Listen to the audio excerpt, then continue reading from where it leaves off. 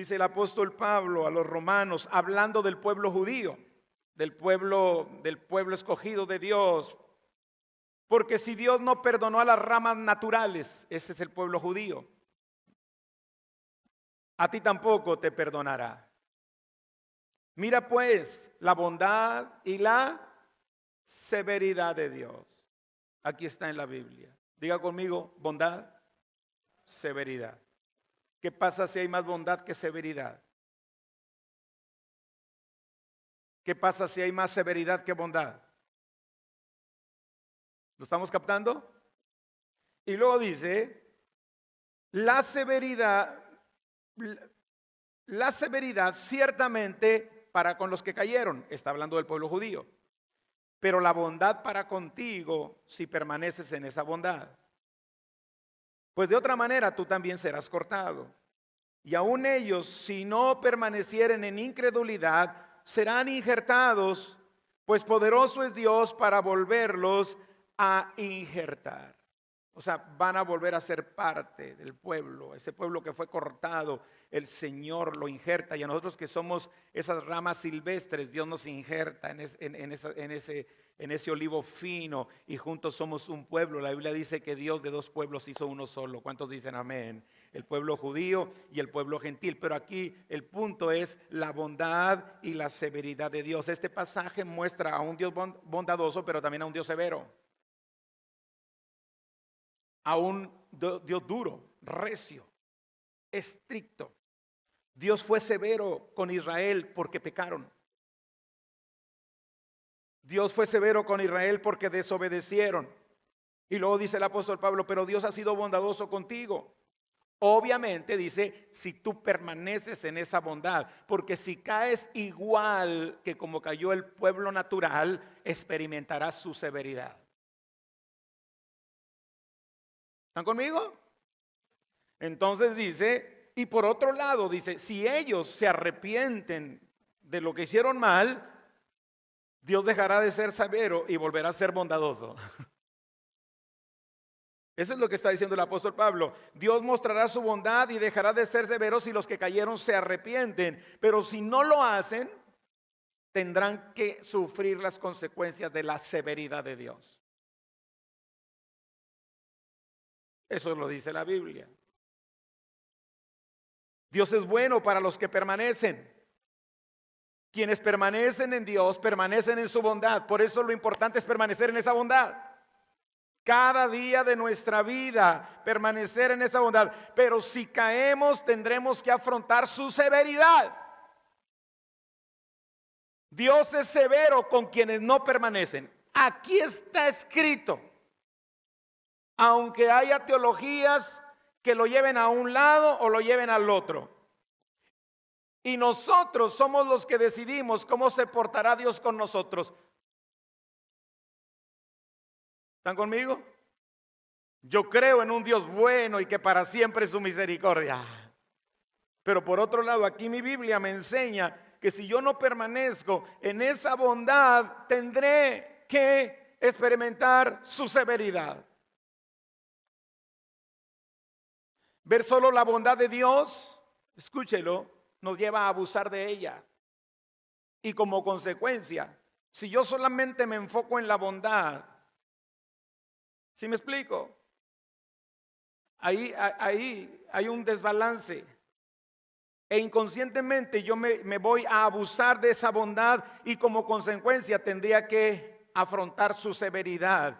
Pero por otro lado, vivir solo en la severidad de Dios y ver a Dios solamente como un Dios severo me impide disfrutar de su bondad.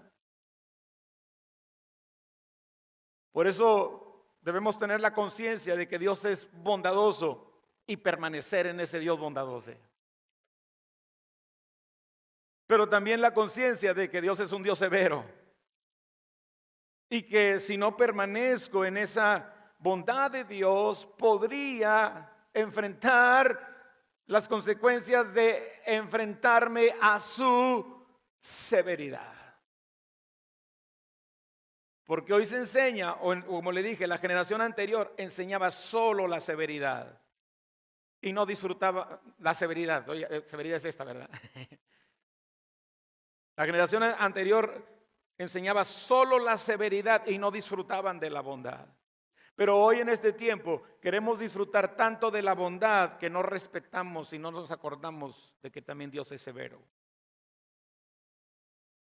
Y cuando nosotros tenemos la visión correcta acerca de Dios, nos llevará, por un lado, a disfrutar de esa bondad. ¿Cuántos disfrutan de un Dios bueno? Dios es bueno, dígalo conmigo, Dios es bueno. Dele un aplauso al Dios bueno. Amén. Pero por otro lado, también me lleva a cuidar, no abusar de esa bondad, para no enfrentarme a su severidad. Segundo, amor versus disciplina. Tenemos que ver a un Dios amoroso, pero también tenemos que ver a un Dios que disciplina.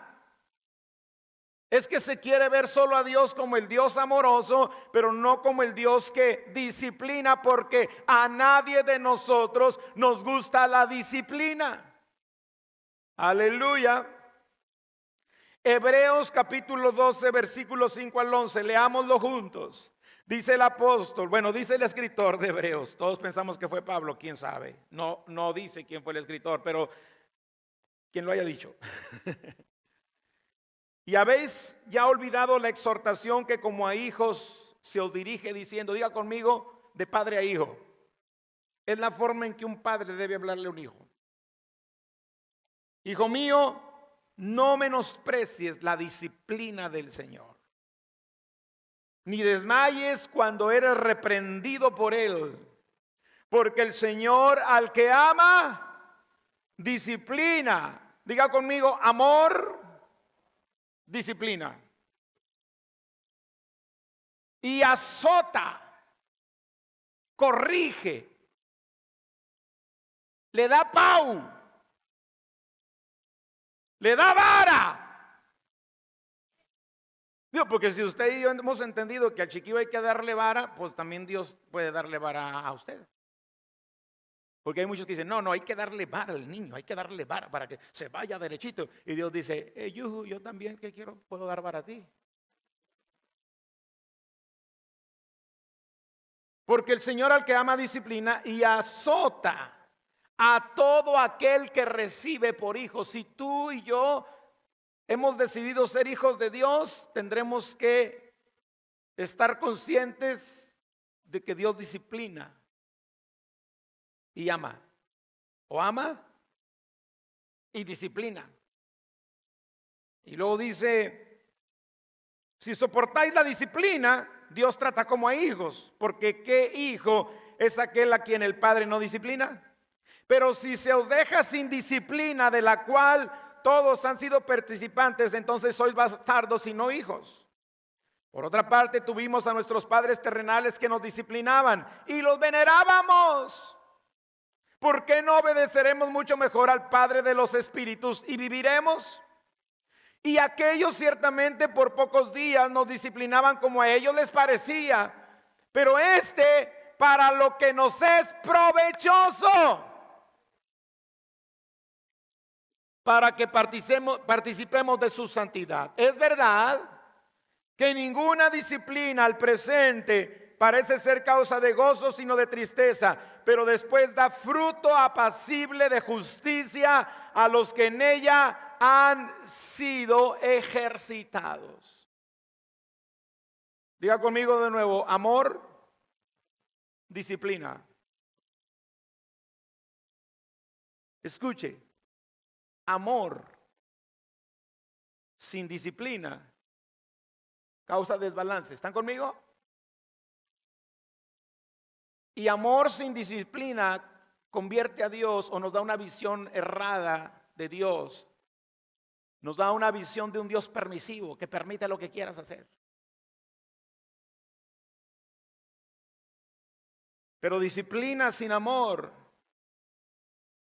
nos da un Dios dominante, rudo. La visión correcta es un Dios que ama y por amor, cuando necesitamos corrección, trato,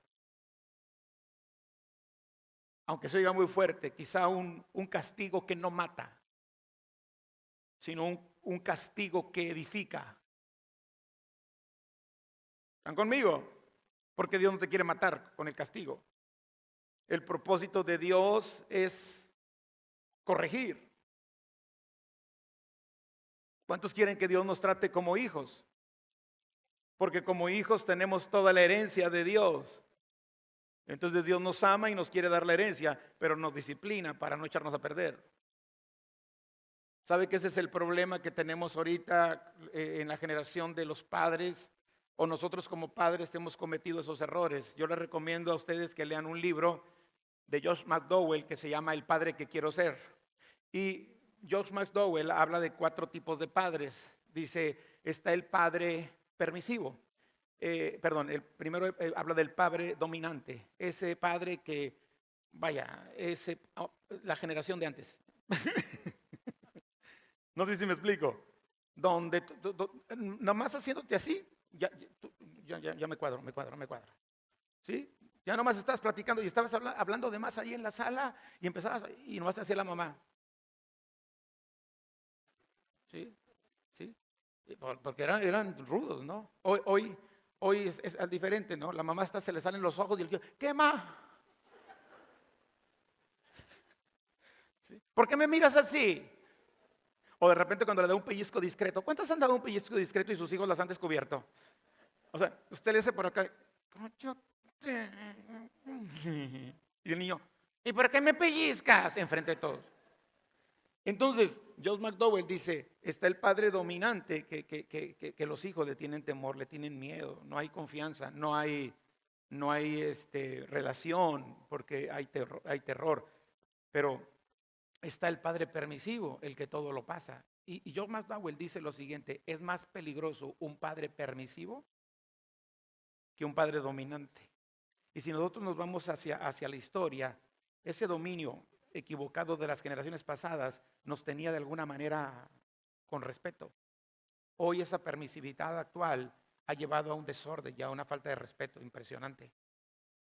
Pero tampoco es el ideal. También habla de un padre indiferente, ni dominante, ni permisivo. Simplemente no existen. Gloria a Dios que nuestro Dios no es indiferente. Nuestro Dios es un padre ideal. Y el padre ideal, dice Josh McDowell, es el padre que ama mucho, pero corrige mucho. Dicen el padre dominante es mucha regla y poco amor. En el padre permisivo dice es mucho amor y poca regla. En el padre indiferente es nada de amor, nada de regla. Pero en el padre ideal, mucho amor y mucha regla. Así es nuestro Padre Celestial. Dele el aplauso al Señor, amén. Y tenemos que ver a Dios de esa manera. Entonces, amor sin disciplina convierte a Dios en un Dios permisivo. Disciplina sin amor lo convierte en un Dios dominante.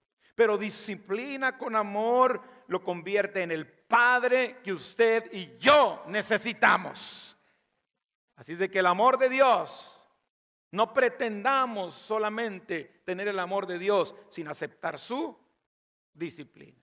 Número 3, misericordia y gracia versus justicia. ¿Cuántos creen en un Dios de misericordia? Pues la Biblia habla y describe a Dios como un Dios de misericordia, como un Dios de gracia. La Biblia dice que por gracia somos salvos por la fe, y esto no es de nosotros, pero pues es un don de Dios, pero también Dios es un Dios justo. Misericordia significa que Dios no me paga conforme a lo que merezco. Yo merezco la muerte, merezco el castigo, merezco pagar por mis pecados, pero por misericordia Dios no me cobra o no me trata conforme a mis pecados. Dios no me da lo que merezco. Gracia es, Dios me da lo que no merezco. Yo no merecía que Jesús viniera a morir por mí en la cruz, pero Dios me amó tanto que envió a su Hijo para morir por nosotros en la cruz. De tal manera amó Dios al mundo que dio a su Hijo unigénito. Dios nos da lo que no merecemos y eso se llama gracia. Nuestro Dios es un Dios de gracia y es un Dios de misericordia. Le puede dar un grito de júbilo al Señor. Pero,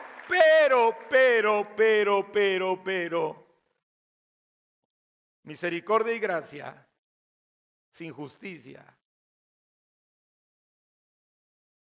lleva a un caos. O solo justicia sin misericordia y gracia nos desbalancea también. Amados, justicia es obrar respetando la verdad, y Dios es la verdad y Él se respeta a sí mismo. Y da a cada uno lo que corresponde. Por un lado está la misericordia, donde Dios no me paga conforme a lo que me corresponde, pero por otro lado está la justicia, donde Dios tiene que aplicarla. Quiero que veas conmigo el Salmo 103, versículo 8. Misericordioso y clemente es Jehová, lento para la ira y grande en misericordia. ¿Cuántos les gusta esa parte de Dios? Amén. Pero también Génesis 18, 25 dice, lejos de ti, está hablando Lot con Dios, cuando iba a destruir Sodoma y Gomorra. Lejos de ti el hacer tal que hagas morir al justo con el impío y que el justo sea sea el justo tratado como el impío. Nunca tal hagas. No ha de hacer lo que el juez de toda la tierra no ha de hacer lo que es justo. A ver, vamos a volverlo a leer porque ahí como me cuatrapié un poquito. Le dice el Señor, porque le está diciendo Lot a Dios, ¿vas a hacer morir al justo con el impío? No puedes. O sea, el que se porta bien lo vas a hacer morir con el que se porta mal. Eso no es justo. Y es por eso que le dice ahí, lejos de ti el hacer tal, que hagas morir al justo con el impío y que sea el justo tratado como el impío. Nunca tal hagas. Y lo dice el juez. Diga conmigo, Dios es juez. ¿Y qué hace un juez? Imparte justicia. Y dice, el juez de toda la tierra no ha de hacer lo que es justo. Ahora quiero que vayamos a otra porción. Salmo 145, versículo 17. Dice, mire qué interesante, justo es Jehová en todos sus caminos y misericordioso en todas sus obras. Diga conmigo de nuevo, misericordia o gracia también contra justicia. Entonces, ver a Dios solo como un Dios de gracia y misericordia nos lleva al libertinaje, nos lleva al desorden, nos lleva a quebrantar las leyes de Dios, sus principios morales. Y ver a Dios solo como un Dios de justicia nos lleva a vivir en legalismos. ¿Están aprendiendo? Entonces, ¿qué es lo que pasa? Ver a Dios solo como Dios de gracia, sin justicia, nos lleva a vivir en la extrema gracia que nos hace olvidar sus leyes. El valor de la cruz. Y nos conduce a vivir en un libertinaje. Por eso hoy hay cristianos que ya no parecen cristianos.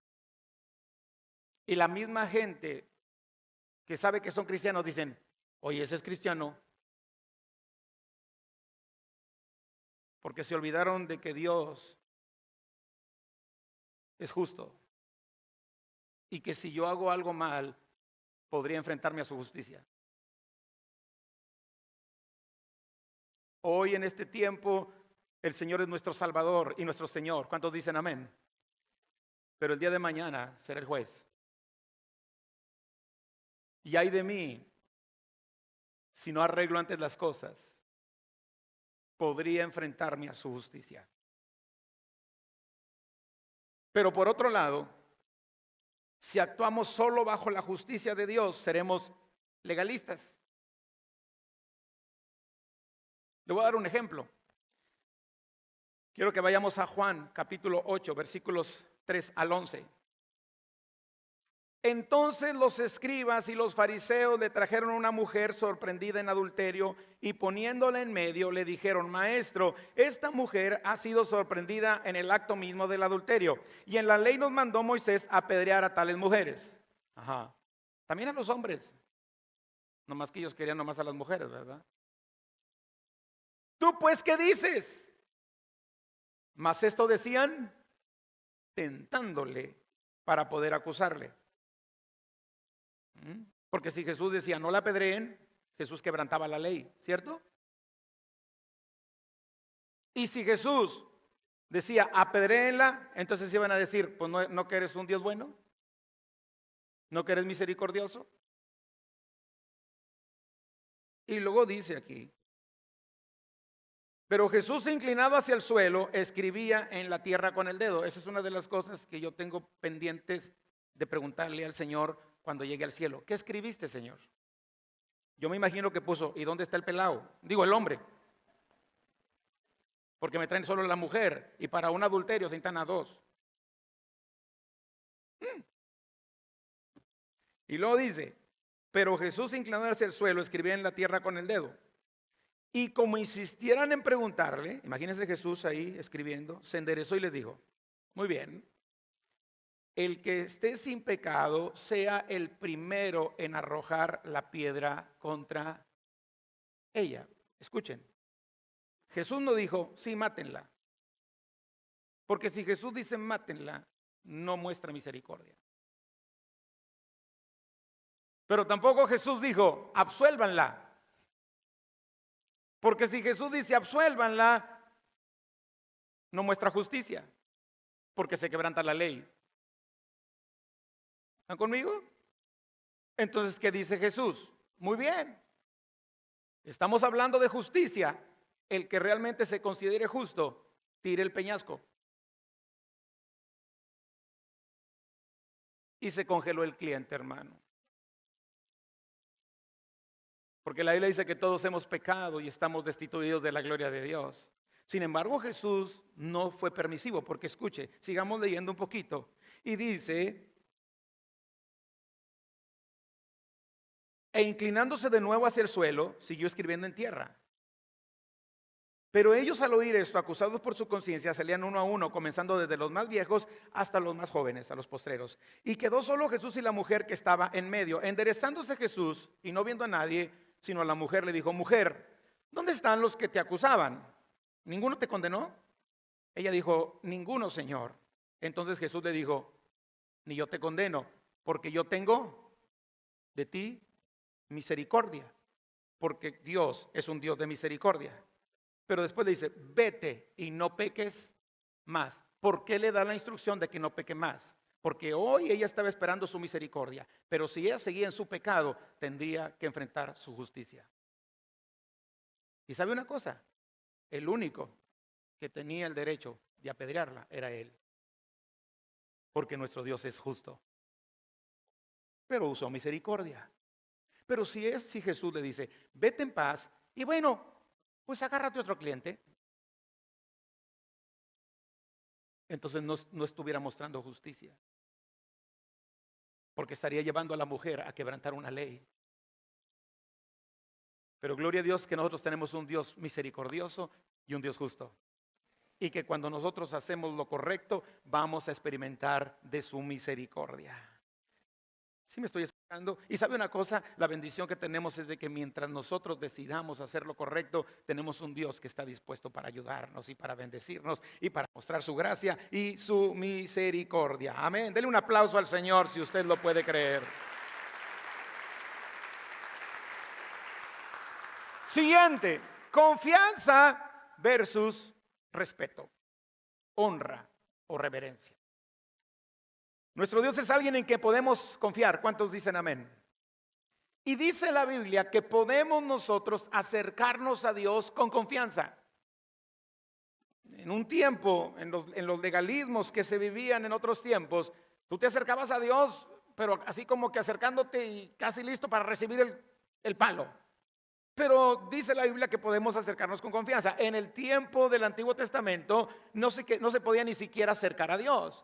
Había un velo que dividía el lugar santo del lugar santísimo. En el lugar santísimo estaba el arca del pacto y entraba el sacerdote solamente una vez al año. Ahí estaba la presencia de Dios. Quien entraba a ese lugar sin ser llamado, la misma santidad de Dios lo destruía, se moría.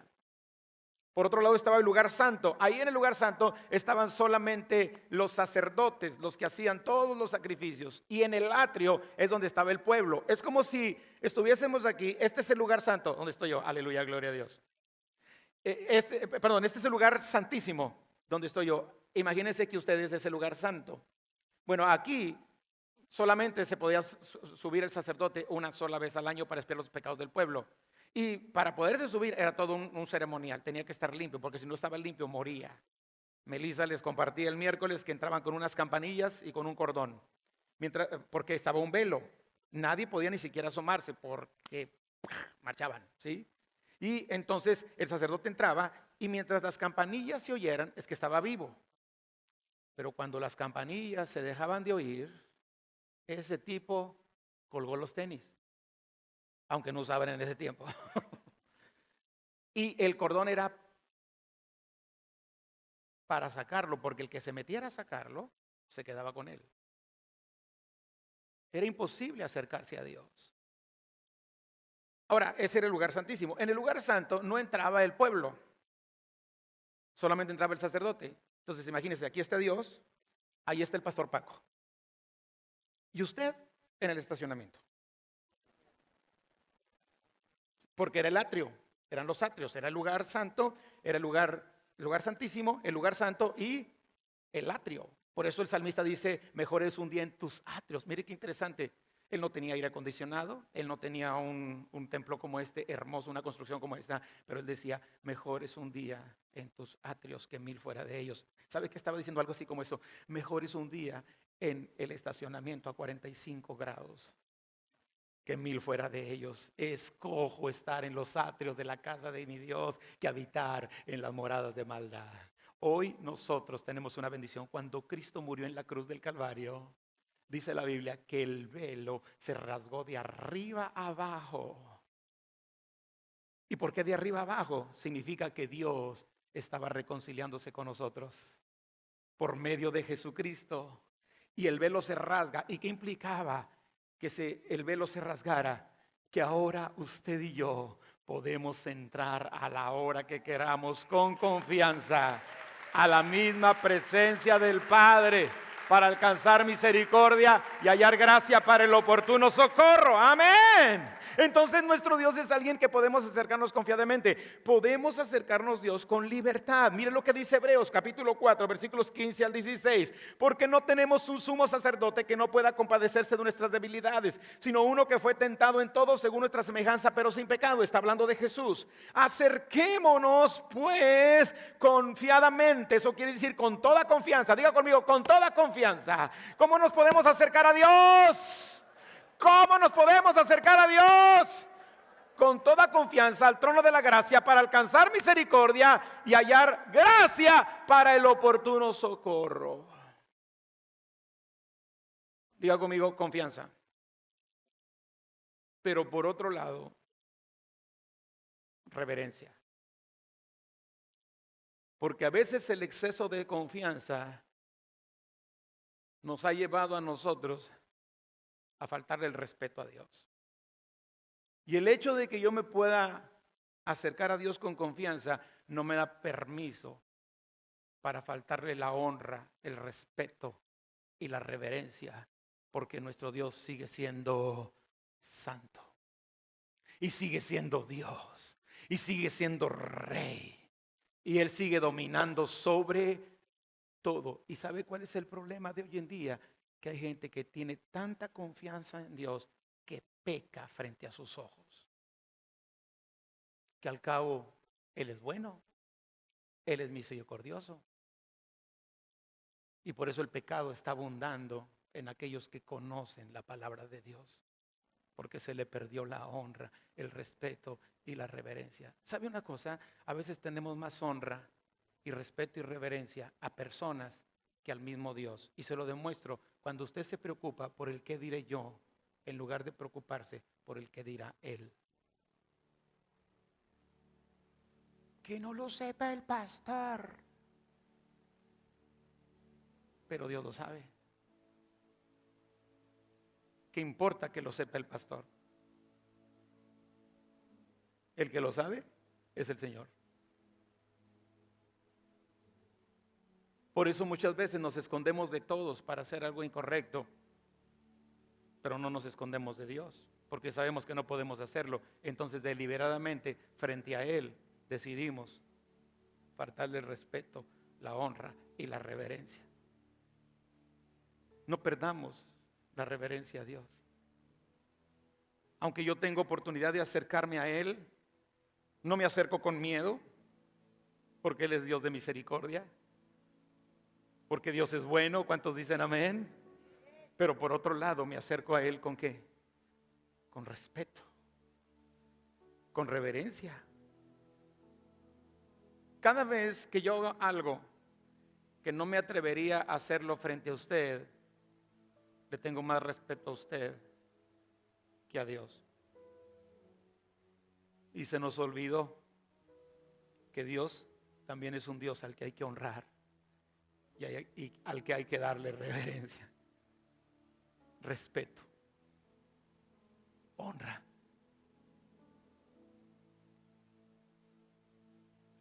¿Sí me estoy explicando? Cada vez que consecuento un pecado, porque no estoy diciendo que no fallemos, podrías fallar, pero nos arrepentimos y le pedimos perdón y lo consecuentamos y ahí lo tenemos y aparentamos ante toda la gente que estamos bien. Estamos diciéndole: Señor, a ti no te respeto, a ti no te honro.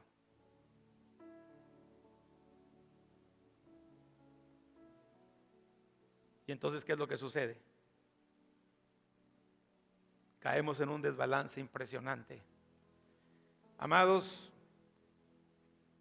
dice Hebreos 12, 28 y 29. Dice: acércate con confianza. El primer pasaje que leímos, Hebreos 4, 15 al 16. Pero ahí está el balance. Dice: así que recibiendo nosotros un reino inconmovible, tengamos gratitud y mediante ella sirvamos a Dios, agradándole con temor y reverencia. ¿Por qué? Porque nuestro Dios es fuego consumidor. Yo me quiero acercar al trono de misericordia y de gracia. No me quiero acercar al fuego que me consume. Amén. ¿Están muy serios, hermanos? ¿Están reflexionando? ¿Te está ayudando? ¿No estoy loco? ¿No se me está zafando un tornillo? ¿No me están haciendo daño mis 35 que acabo de cumplir ayer? ¿Está captando la palabra de Dios? ¿Te ayuda a tener la visión correcta de nuestro Padre Celestial? Sí, por un lado yo puedo, por ese velo abierto que Jesús abrió, yo entro directamente al Padre a la hora que sea, los 365 días del año. Pero por otro lado, entro al Padre viéndolo como Padre, pero también dándole la honra, el respeto, la adoración, la alabanza que Él merece. ¿Cuántas veces hemos dicho: aquí está su presencia, pero aquí donde está su presencia estamos haciendo cosas que lo deshonran? Es que, Señor, yo quiero que tu presencia esté en mi casa, que tu presencia esté en mi hogar. La pregunta es: ¿mi casa es un hogar digno? La falta de confianza nos impide acercarnos a Dios con libertad. El exceso de confianza nos lleva a perderle la honra, el respeto, el temor y la reverencia. Respeto, honra, reverencia sin confianza nos conduce al miedo, al temor, a la inseguridad. Pero confianza sin respeto y honra y reverencia nos lleva a ser común a Dios Y Dios no es un Dios común. Dios es nuestro Dios único y extraordinario. Y por último, fe versus obediencia. Amén. Podemos tener fe en Dios. Es necesario tener fe en Dios, pero también es necesario obedecer a Dios. La fe y la obediencia van juntas. Nuestro Dios es alguien en el cual hay que creerle todas sus promesas, todo lo que Él nos ofrece, pero también es alguien al cual hay que obedecer. Y si usted observa la Biblia, encontrará que cada promesa tiene una condición. Y la condición no es porque Él quiera demostrarnos que Él es Dios y que tenemos que estar sumisos y sujetos a Él porque a Él se le ocurre. No, la condición es para que la promesa cumplida nos bendiga y no nos haga daño y sea de la bendición que enriquece y que no añade tristeza con ella. Amén. Creer a la promesa sin obedecer el mandato impide que recibas lo prometido.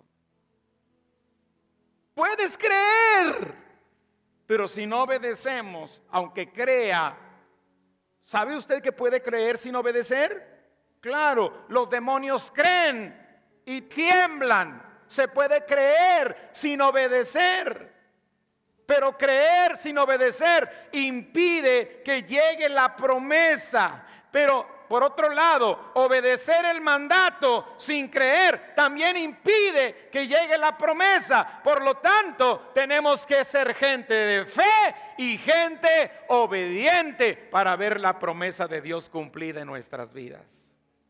Muchos milagros que hizo Jesús los probaba con la obediencia. En una ocasión se acercaron 10 leprosos. Los leprosos vivían fuera de la ciudad. Los leprosos no podían estar entre el pueblo. Si estaban entre el pueblo deberían morir porque ellos contagiaban el pueblo. Traían algo como el coronavirus. No, peor que el coronavirus. Una vez que se detectaba lepra, tenían que salir corriendo del pueblo y diciendo: soy inmundo, no me toquen. Tengo que avisarle a todos que estoy con lepra, porque uno que no sepa que tengo lepra y me toca se puede contagiar, y si se contagia le estoy haciendo un daño.